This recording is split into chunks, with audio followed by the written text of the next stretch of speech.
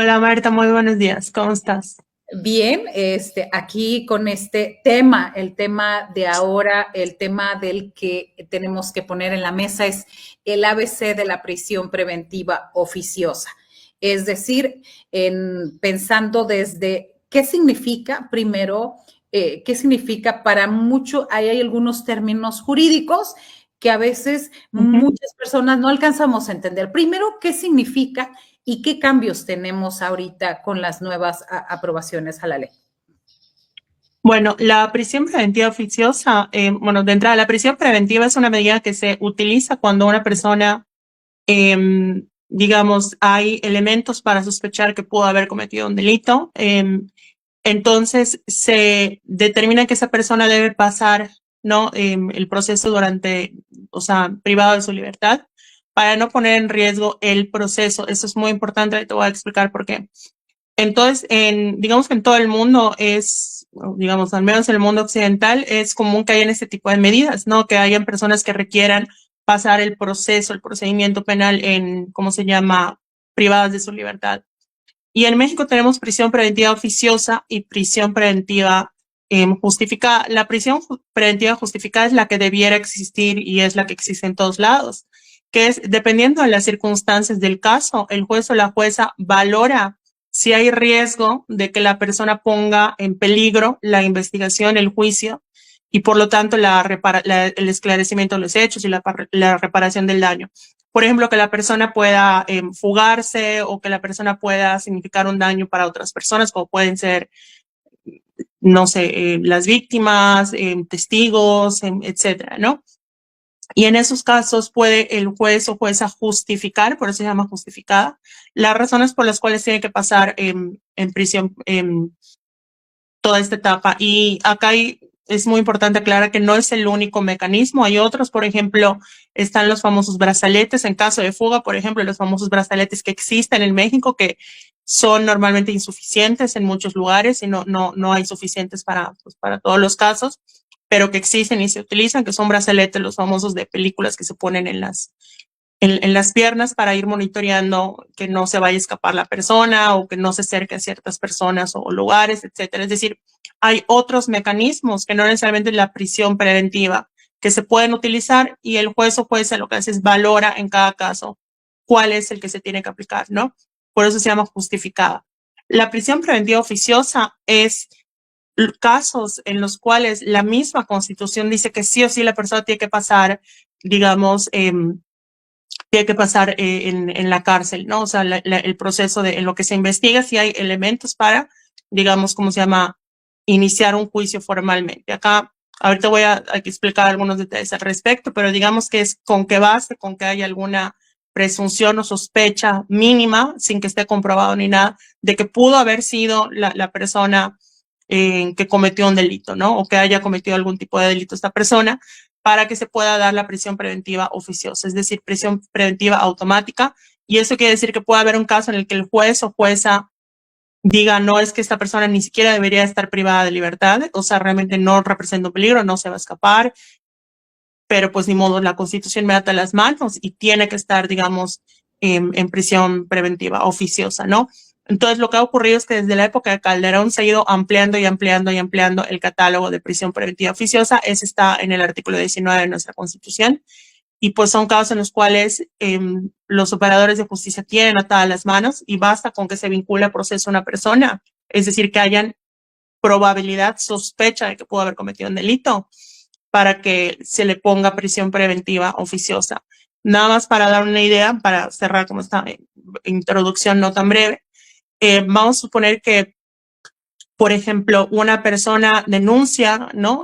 Llama a la policía y dice es que alguien entró a mi casa a robar, está abierta la ventana, ¿no? Y eso que voy a decir no es para nada hipotético, pasa mucho en lugares, por ejemplo, como Yucatán. Entonces llaman a la policía hace un rondín y se encuentra caminando cerca a una persona racializada, una persona maya, ¿no? Y durante la noche lo ve caminante, dice a un joven, y dicen, ah, pues este seguramente es, lo detienen. Le dicen a la familia, ya detuvimos a la persona eh, que cometió el delito robo a casa habitación, porque robo a casa habitación tiene prisión preventiva oficiosa. y después, ¿cómo se llama? Y pues ya entonces cuando, como hay probabilidad porque se le vio afuera o incluso se le siembra algo, lo que sea, se le vio cerca del domicilio después de que se reportaron los hechos, lo que sea, pues fácilmente esa persona se puede llevar unos 2 años sin sentencia, porque la idea de la prisión preventiva oficiosa es que te detienen en lo que se continúa investigando, si sí hay elementos suficientes para ya abrir propiamente una acusación, no un juicio, digamos, en tu contra. Claro, y en esto refiere el artículo 19 constitucional, que es prisión preventiva oficiosa, la que obliga a una persona a enfrentar a su proceso en la cárcel sin que se haya probado nada todavía, tratándose de determinados delitos. En estos momentos hay quien dice, Isidro Rivera Olvera, gracias por escribirnos, se debe eliminar este procedimiento para evitar encarcelamiento de inocentes. Es una tendencia. ¿Qué es lo que se está ampliando en este catálogo actualmente? ¿Qué delitos deberían estar y han dejado afuera en la reciente aprobación? Bueno, dejaron afuera los que tienen que ver con en materia fiscal y los de narcomenudeo, pero digamos que ninguno debiera estar. Es que ningún delito no debiera existir la prisión preventiva oficiosa. O sea, dejémoslo en que no hay ninguno. O sea, de hecho, cada año, digo no sé si cada año, pero sí a lo mejor en cada sexenio desde Calderón se ha aumentado este catálogo. Ahorita casi me parece que más bien debieran dar una lista de cuáles no están en prisión preventiva oficiosa. Y digamos que no hay como ninguno que sea salvable. Ojo, cuando decimos que se debe eliminar la prisión preventiva oficiosa, no se está hablando de la prisión preventiva justificada. Esto es algo súper importante. Y también mucha gente sostiene, muchas, incluso personas de autoridades de los distintos niveles de gobierno han sostenido que si se elimina la prisión preventiva oficiosa, que se van a liberar masivamente a criminales. El problema es que tenemos que entender que no podemos hablar de criminales cuando hablamos de prisión preventiva oficiosa, porque son personas que no tienen sentencia, ¿no? Entonces no se ha demostrado que han hecho nada. Y segundo, porque hay casos en los cuales, voy a poner otro ejemplo, porque muchas veces la gente piensa que no va a estar en esa situación. Vamos a suponer que hubo un homicidio y hubo una persona presente en el lugar de los hechos. Entonces después empieza la famosa sospecha de seguro fue tal familiar o tal persona cercana porque estaba en los hechos, etcétera. Ya puede pasar prisión preventiva oficiosa aunque no haya sido. O sea, basta con que haya una sospecha, ¿no? O por ejemplo, ¿qué pasa si te siembran algo la policía? Que eso también sabemos que es algo bastante común. Es decir, es algo que cualquier persona nos podemos enfrentar, pero que afecta principalmente a personas pobres. La Corte Interamericana ya emitió 2 sentencias en contra de México, en los cuales señala que la prisión preventiva oficiosa va en contra de los derechos humanos en distintos tratados internacionales, pero reservando, recordando que la prisión preventiva justificada debe prevalecer y que se debe de fortalecer, ¿no? Afortunadamente ahorita se eliminaron de esta iniciativa que lo empleó el de narcomenudeo y el de cuestiones fiscales, ¿no? Delitos fiscales, de evasión fiscal, que allá imagínense un error del contador o algo por el estilo, cualquier otra situación, en lo que averiguan si era una situación de cualquier tipo de delito relacionado con materia fiscal, pues te podían allá aplicar en la prisión preventiva oficiosa, ¿no? Aunque recordemos, insisto, que no, la prisión preventiva oficiosa no se aplica a los ricos. Mucha gente piensa que es un privilegio para salvar a potentados o corruptos. Los potentados y corruptos no pisan ni siquiera a la cárcel. O sea, no son ni siquiera investigados, no son detenidos. Y además que me parece que hay una paradoja bastante perversa entre las personas que defienden la prisión preventiva oficiosa. En México tenemos decenas de miles de personas en prisión preventiva oficiosa. Tenemos además un índice de impunidad que va entre el 93-96%, dependiendo de cómo midamos la impunidad, pero podemos coincidir en que es arriba del 90%, cerca del 94%, digamos, en promedio.